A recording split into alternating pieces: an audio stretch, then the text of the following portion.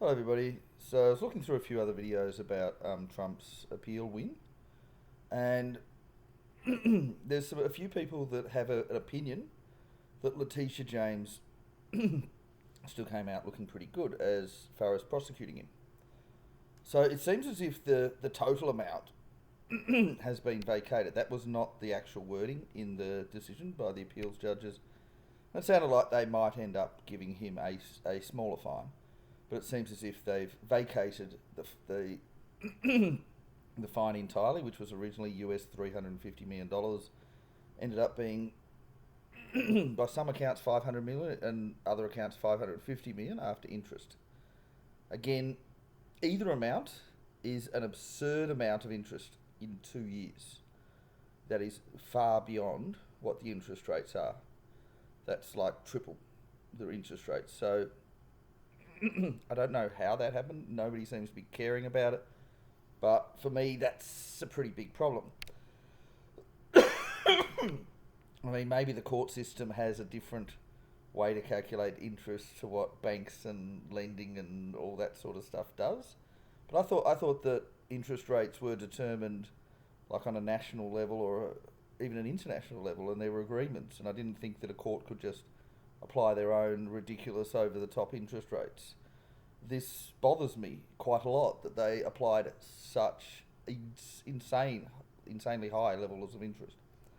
Nonetheless, ignoring that, it seems as if they've vacated the entire amount. There's not going to be another decision to determine how much he should pay. They just said 350 million, which became 550 million, was far too high, and it's now zero. But he is still listed as guilty.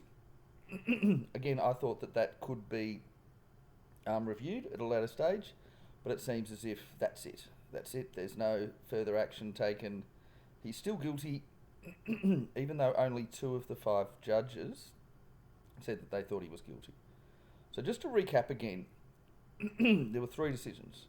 Right, so five judges made three decisions. So one judge said not guilty, throw the case out, didn't do anything wrong. Two judges said still guilty, but should have a much lesser penalty.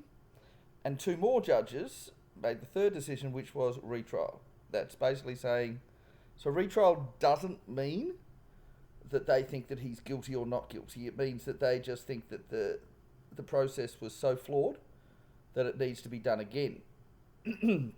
And we've seen some cases where they've ordered a retrial and the retrial has had the same outcome, or a similar outcome, or even a worse outcome.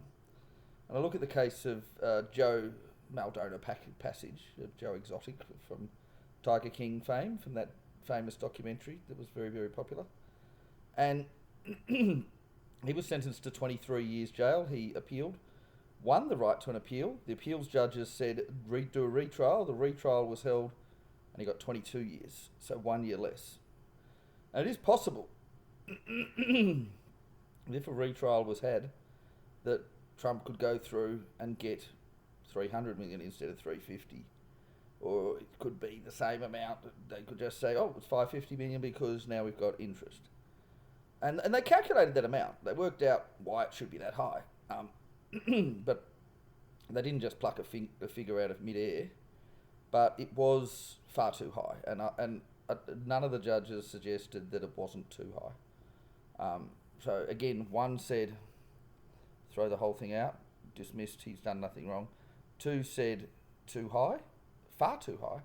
And two others said retrial, let somebody else decide it. So with that in mind, had they done a retrial and had they applied the opinion of the appeals judges, which they'd have to do, by the way. So I'll just explain this. So if they had a retrial with all five saying do a retrial, they could do however they wanted.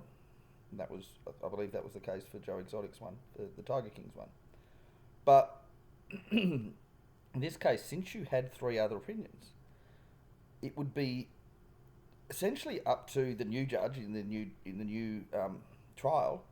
They would have to decide between those two possibilities, either to find him not guilty and throw it completely out, or to find him guilty but with a much lower amount. And now the much lower amount what is much lower than 350 million? What is much, much lower? Is that 100 million? Is that 10 million? Is that 50,000? And he'd be open to them to have any amount between essentially $0 up to, I'd say, maximum 100 million, probably realistically maximum 50 million. But there's also an argument that it should be much lower than that, even if the judge in the new trial found it to be, against him. They found that Trump was wrong. It'd also be open to a judge in a new trial to find Trump not guilty, because you did have one appeals judge, say that he was not guilty of any crime. He'd done nothing wrong.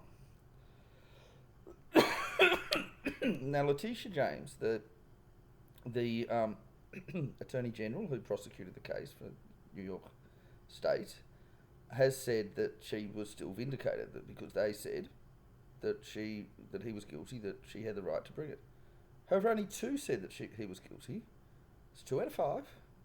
And only 2 said that he was guilty. Again, 2 out of 5. Now, 2 essentially abstained, because ordering a retrial, they're not really making a decision. So essentially you have a majority view, 2 out of 3, say that he was guilty. But none of them said that he should be getting 500 million, having to pay 500 million or 350 million or any amount, anything like that. In fact, they called the 8th Amendment and said that's an obscene amount to have to pay.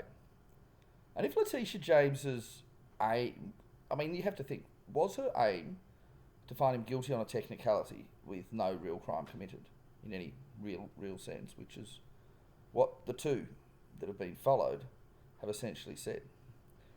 Or was it to cripple his business empire and mean that he essentially can't trade anywhere? Because if her aim was to simply find him technically guilty and nothing really happens, well, she succeeded on appeal. Succeeded more originally, but after the appeal, well, still succeeded with that.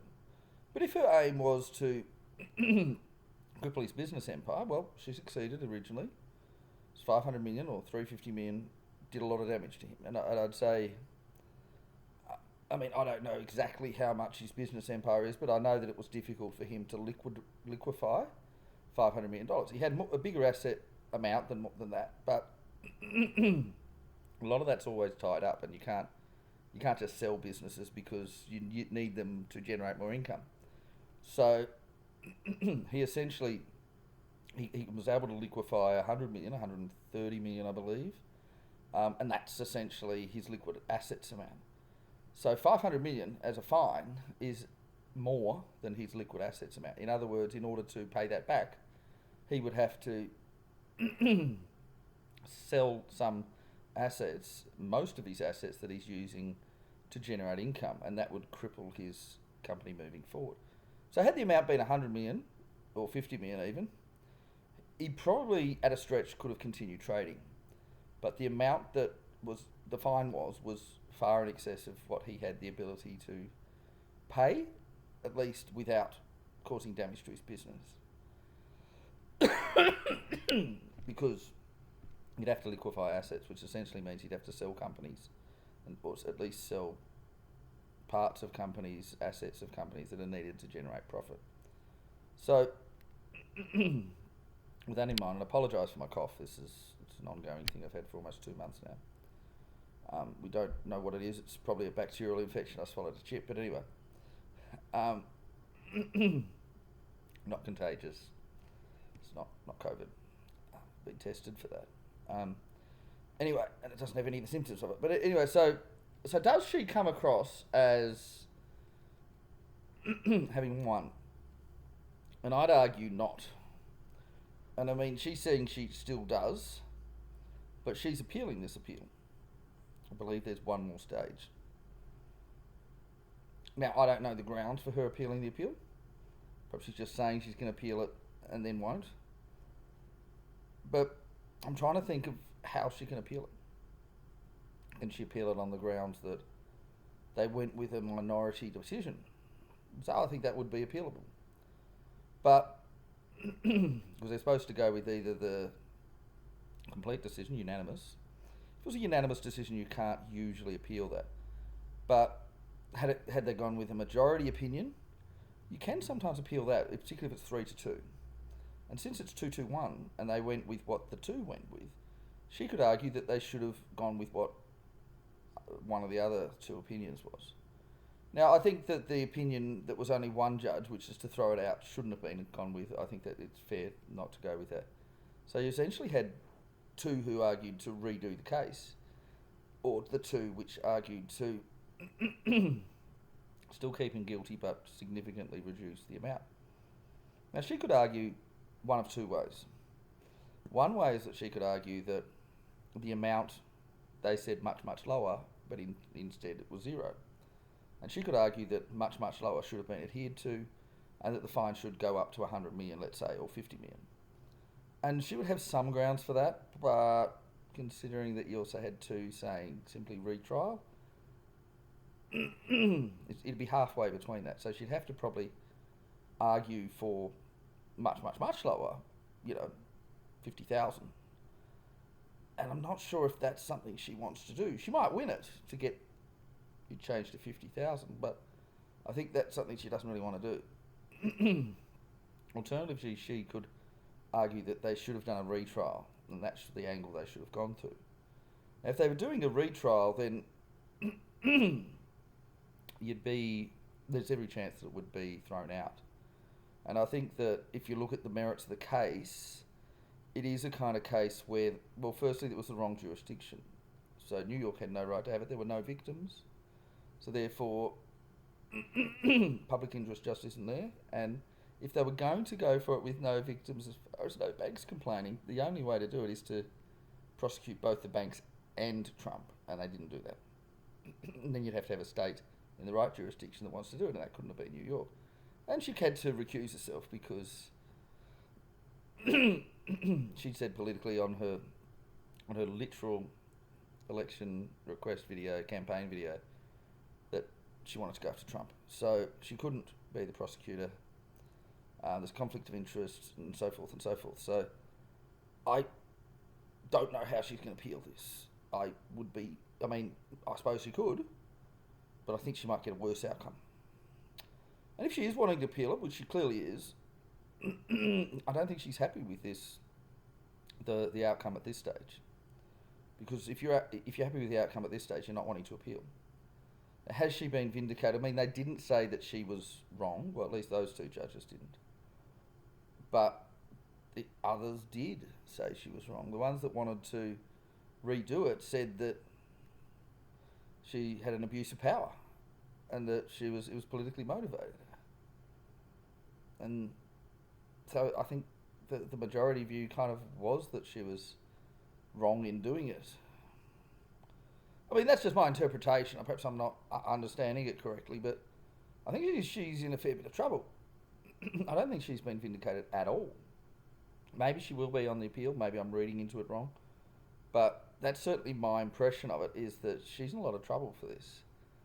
And I think that this is a big blow, especially because, as I said before, this is their strongest case against him. So if they lose the strongest case, now granted they've still won their weakest case, which was the E. Jean Carroll one, that hasn't been overturned. And that was the weakest case. That was the one where they had the least legitimacy behind going after Trump. And that still stands, in spite of him doing nothing wrong in relation to that. Absolutely no chance, nothing. It's a defamation case where they're alleging that he defamed her for saying he didn't do it. What? I mean, I cover a lot of defamation cases. That's not in the realms of possibility. This is a technicality. The assets one with the banks is a technicality. Look, civil courts are full of technicalities. You do find people get guilty verdicts against them for technicalities. It happens in civil court. And it's not strange to find that someone's underestimated assets, got a favourable loan, and overestimated some other assets, got a favourable loan, and they're made to pay back part of the loan. That's not strange if the bank complains. The bank didn't complain, then that's strange. It's really weird. And you know what's the weirdest part? Is that if this was with nobody complaining, the bank should have been prosecuted first. Yeah. Yeah. In fact, you kind of, there's a lot of precedent that says that the bank's more guilty than Trump is. There's a lot of precedent to say they should have checked their facts. And if they're giving him a good loan, perhaps they shouldn't be giving a good loan, but it's kind of not his fault. Their fault. And we're kind of going after the wrong side. I mean, we had that precedent with the E. Jean Carroll one where I'm pretty confident that E. Jean Carroll probably defamed Trump in her book. Probably. And certainly if there was defamation, I think that most courts would find her guilty, not him. It's bizarre that he was even charged or having to answer that. It's just bizarre. It's almost like, oh, you don't want to accuse me of defamation? Okay, I'm going to accuse you and find you guilty and you get $100 million. What? No. Does not happen. I mean, I covered another defamation trial not that long ago, more redeeming against Joe Pasuto. So this is here in Victoria. And so Joe Pasuto accused her of being a Nazi. She sued him for defamation and won. Just imagine that she said, no, I'm not a Nazi. He sues her for defamation. What the hell are you doing? And wins $100 million. What? It doesn't work in that order. It doesn't work in that direction. That's not how defamation works. She doesn't have to sue him. But he's the one that made the claim. If she just says, I didn't do it, that's not me, he cannot sue her. He can't. The law doesn't work that way. They changed the law for him. They changed the law to go after him. And he still hasn't won that. He's tried to appeal, it hasn't worked. So while it's great that, and I think it's great for justice, makes America look great, that he won this appeal, it's a bit problematic that he's still found guilty, but I think that's okay. But the E. Jean Carroll one is the most gross miscarriage of justice out of all of these. It's disgusting. I'm not even aware of another defamation case that has any of the tenets of that. It's seriously disturbing that that's in the case record. And if that becomes a precedent, that you can make an outlandish claim against someone, they deny it, you sue them for defamation for denying it. What the heck is going to go on with the law anywhere if that becomes precedent? That has to be appealed, that has to be overturned. There's no ifs, buts or maybes on that. If that isn't overturned, I mean, I suppose it won't affect me that much here in Australia, but I mean, Americans, your chance of having anyone ever believe that you're a legitimate country will be thrown out the window. People will just say, you guys are a joke. I don't believe that was a joke decision. Absolute farce. And I can talk about this one being a joke. It wasn't a joke that he was found guilty. The amount was the joke. Because he was guilty in a technicality, at least in my opinion. It was a technicality. But I think that this appeal saying guilty by technicality, but no fine, no financial penalty, is probably more along the lines of something that's fair. But also I think it needs to be noted that given that penalty, we need to say that it shouldn't have been prosecuted. Because you should only really be prosecuting for serious crimes, and this was not a serious crime. So I think Letitia James comes across as someone instigating lawfare, playing politics, and ruining the future of everyone, really, to get justice. I think this damages the justice system. Not the appeal. The appeal's restored it. her original prosecution damages the justice system. And I mean, I'm not American, but I think that things like this do potentially have flow-on effects in other countries. Now, you might say, oh, this sort of thing happened in Zimbabwe or Colombia or some other country with a really bad reputation for justice. Doesn't really matter, because that's not a country with a good reputation. America doesn't have the best reputation, but they still have a fairly good reputation. And this damages their standing in the international community. And as far as justice is concerned, it severely damages it. And they should be mindful of that. This appeal restores some of that faith. However, this was the best decision in the original one. The E. Jean Carroll one was the worst. If they're going to truly restore faith in the justice system, they need to overturn that one. Even if they don't overturn any of the others, that one needs to be overturned. And you just need... it's not just the money for that one. He needs to be found not guilty. And I'm sorry, I don't care if it's a not guilty with no money owed. Because what damages were there? You need to actually show damages in a defamation case. You didn't show that. Just plucked figures out of thin air. But I think they need to say it was wrong to find him guilty. I know we've got had a jury in there. I'm not talking about jury misconduct. I'm talking about them changing the law to hear it. And that needs to be reversed. That needs to be said. That case shouldn't have been heard. And I really think, and when you've got to consider that this asset thing was the most legitimate one, I think you can see how illegitimate they all were, and I think as a blanket we should undo all of them. And I'm not quite sure what stage they're all at, but they need to all be removed, because it damages the faith in the justice system. It damages how people view USA as a fair country. Now, I've never viewed USA as a particularly fair country in the first place, but this damages it. Damages their integrity. Now, I know you're going to say, oh, the second most powerful country in the world, China, they get things wrong all the time. Yeah, but that's not part of their integrity. They don't care. Russia's not really very well known for being particularly fair, so they don't care. But America is part of their position to be known to be fair. And this does damage their reputation, and I think that it's really important for them to restore that. And I think Letitia James did a bad thing for America, for the justice system all around the world, and for the way that USA is portrayed and viewed in the rest of the world. And I think that it does create very dangerous precedents for that all of this happened.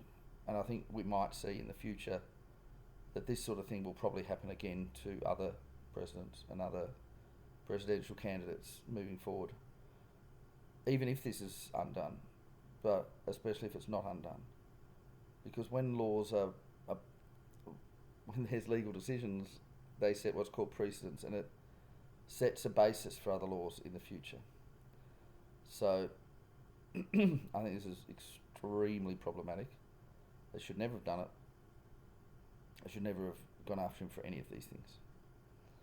I can see some legitimacy in them doing the impeachment, even the January 6th one, storming the Capitol building one, but anything beyond that should never have been heard. E. Jean Carroll should have complained, said that he was lying and that she was telling the truth, and left it at that. Leave it out of the courtroom. Write another book. That's where it should have ended. They should never have had a legal system that encouraged that kind of behaviour. And if he wanted to sue her, fine. Hear that defamation case. They should not have heard her defamation case against him. He wasn't at that stage, and I don't think he ever was planning on suing her for defamation. I don't think it was a good idea to sue her. He couldn't prove it either way, and she couldn't prove it either way. But that was a big issue, and this thing with Letitia James, I think that it was a part of the whole thing. I don't think it was independent, but there were a lot of what you might call bad actors, people that were doing things illegitimately to serve their own political agendas and, to make corruption work. And this is a corrupt thing. The whole thing was corrupt. I'm not talking about Trump's actions. I'm talking about the people that went after him. They were aiming to not only to establish the Democratic Party as the forever party for USA, but also to establish a pattern whereby corruption goes unpunished and is encouraged and allowed to fester.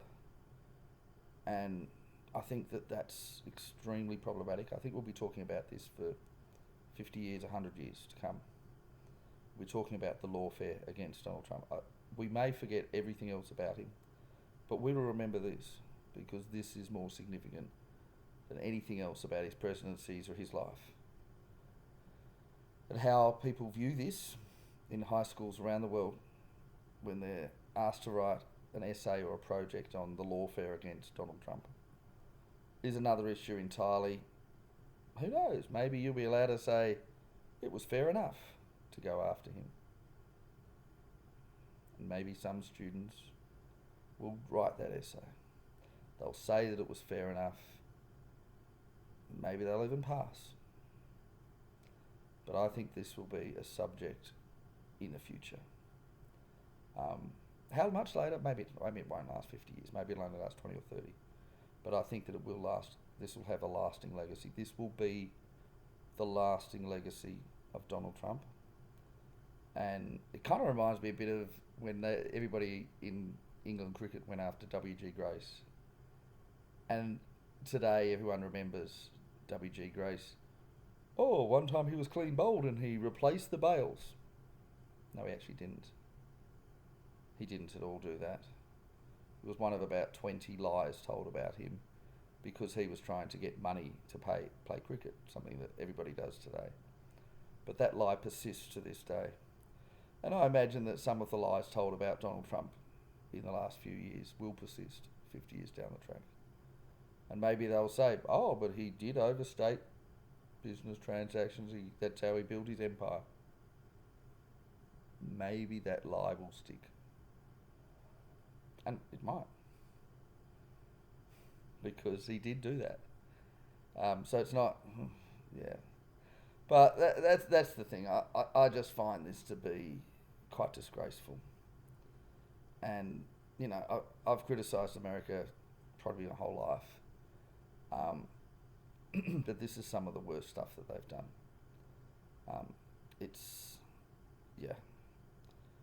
I've seen Americans do things for money for themselves to get power over other little countries, including my own country of Australia. They've abused us for as long as I've lived. But going after themselves like this, hurting their own integrity, is not something I've seen before. Sure, there's a little infighting between Republicans, Democrats and all that, but this level is unlike anything I've seen before. You might say Trump started it and maybe there's some legitimacy. Maybe, and this is future high school students will be looking at, did Trump start this by going after Hillary Clinton? Did he start it by going after members of his own party, and trying to get pre-selection? Did he deserve this? He went after what's his name? Not Bill Clinton, Joe Biden and his son Hunter. Did he deserve this by going after everyone else? Or did that not justify? And I reckon that'll be an interesting topic for future high school students. And depending on how these things are reversed and everything else, will probably depend on how we view it in the future. Anyway, that's it from me. Bye-bye now.